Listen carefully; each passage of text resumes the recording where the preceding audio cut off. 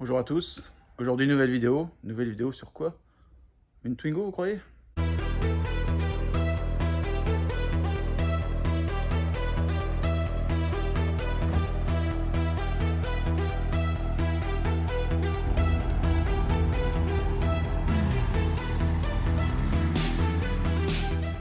Non, on va changer un peu des Twingo, on va reprendre un peu les classiques, donc les 205, vous voyez là, donc celle-là vous les connaissez, vous l'avez déjà vu en vidéo. Et là je vais vous en présenter une que vous avez jamais vue. Je vous l'ai présentée dans la communauté, mais je vous l'ai pas jamais présentée en vrai. C'est une voiture qu'on a en possession avec Ariane, donc avec ma femme depuis, enfin, même avant que je connaisse Ariane. Donc cette voiture, je dois l'avoir depuis 2003 ou 2004. C'était une voiture que j'avais au départ prévue pour mes GTI. Ici, vous avez, il y en a une là, il y en a une là, il y en a une là-haut. Et en fait, j'avais récupéré cette voiture parce qu'à l'époque, un cabriolet, ça m'intéressait pas. Et du coup, vous avez deviné, si c'est une GTI et on parle de cabriolet, c'est une CTI. Voilà. Donc voilà la bête, la CTI d'Ariane. Cette voiture, donc j'avais récupéré à l'époque pour faire de la pièce pour mes GTI, donc il y en a encore une au-dessus, là, c'est celle qui a les numéros. Et cette voiture, elle était dans un état déplorable. Je vais vous mettre des photos de l'état dans lequel je l'avais trouvée à l'époque.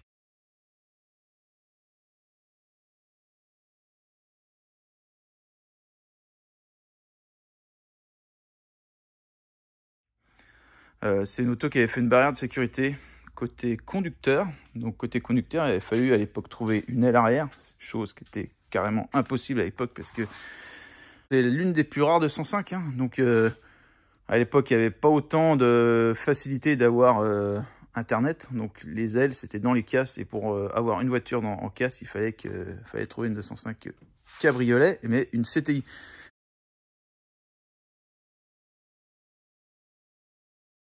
Parce que la découpe de l'aile d'une cabriolet normale, c'est pas du tout pareil.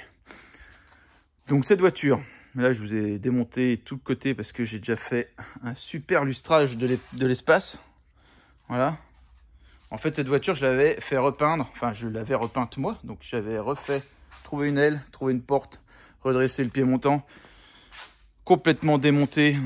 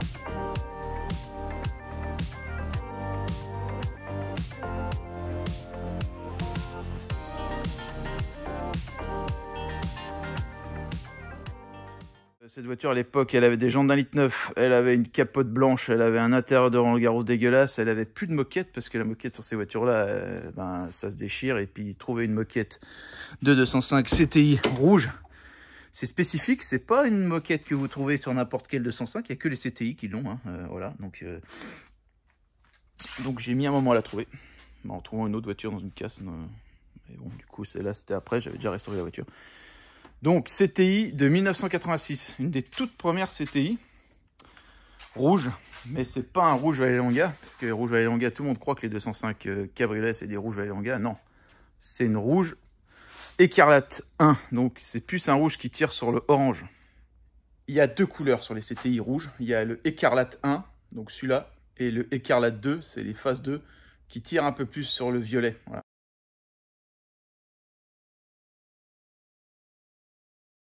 Mais une 205 CTI, c'est pas rouge Vallelonga, c'est rouge écarlate. Donc qu'est-ce qu'on retrouve à bord d'une 205 CTI? Bah, c'est une 205 GTI cabriolet.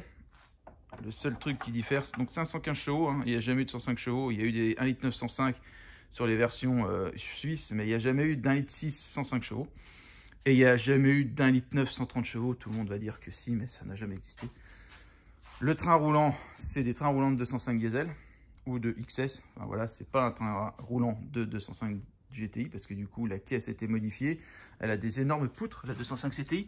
D'ailleurs, le bas de la poutre est peint en noir pour qu'on ait l'impression que ce soit un bas de caisse de 205 normal, mais c'est pas du tout une 205 normale. Du coup, vous avez la sellerie dans son jus, hein, jamais été refaite. J'ai un lot de sellerie neuve pour 20 sellerie neuve à mettre dans cette voiture. Donc c'est du tissu Biarritz. Et les 205 CTI ont eu le Biarritz, n'ont jamais eu le Monaco et sont tout de suite passés au Cartet. Donc il y a eu des phases 2 avec le tissu jusqu'en 91 avec le tissu Biarritz. Voilà. Au niveau de la planche de bord, donc on retrouve le volant de branche de la 205 GTI, phase 1 avec le tableau de bord, phase 1. Voilà. Avec le revêtement phase 1. Oui. Cette voiture, donc le compteur, je l'avais changé à l'époque parce qu'il marchait plus. Elle n'a pas 217 000 km, elle avait 90 000 km, je crois, quelque chose comme ça. Il faudrait que je regarde, j'avais fait la distribution.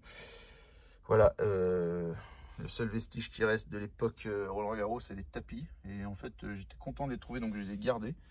Voilà. La capote dans l'ensemble est en super bon état, comme le reste de la voiture. Hein.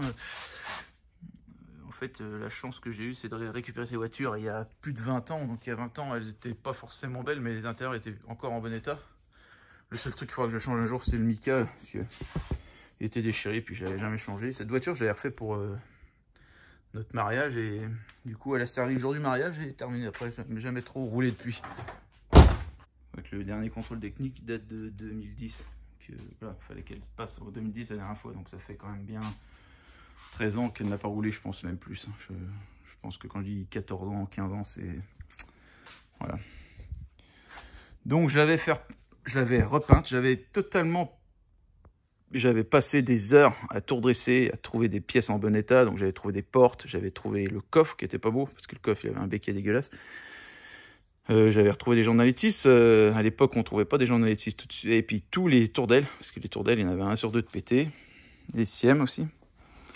Et voilà, j'avais mis 3 mois à la refaire complètement, de A à Z. La seule chose que j'avais pas faite, c'était de lustrer l'ensemble de la voiture pour la rendre vraiment étincelante. Et bah du coup, 15 ans après, je m'occupe de ça. Donc j'ai déjà fait tout le côté là. C'est pour ça que j'ai enlevé les tourdelles.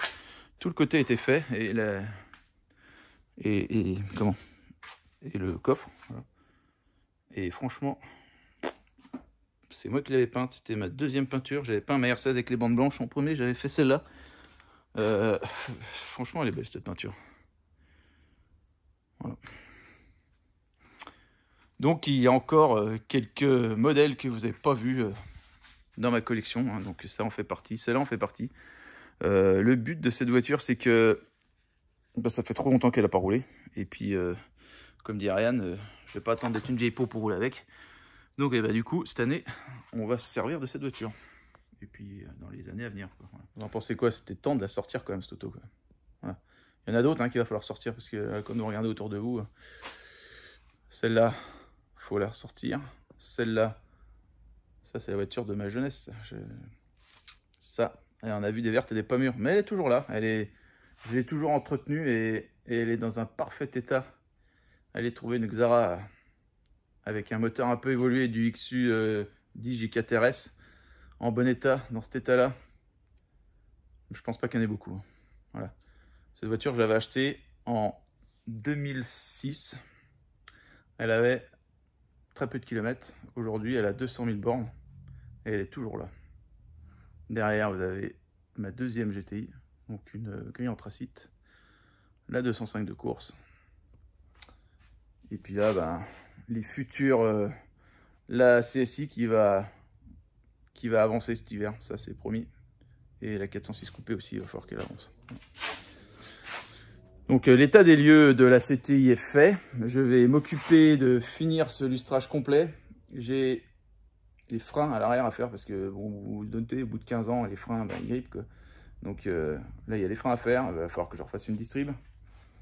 J'ai un moteur neuf pour cette voiture que j'avais refait il y a peut-être 5-6 ans. Il est neuf sur l'établi. Mais du coup,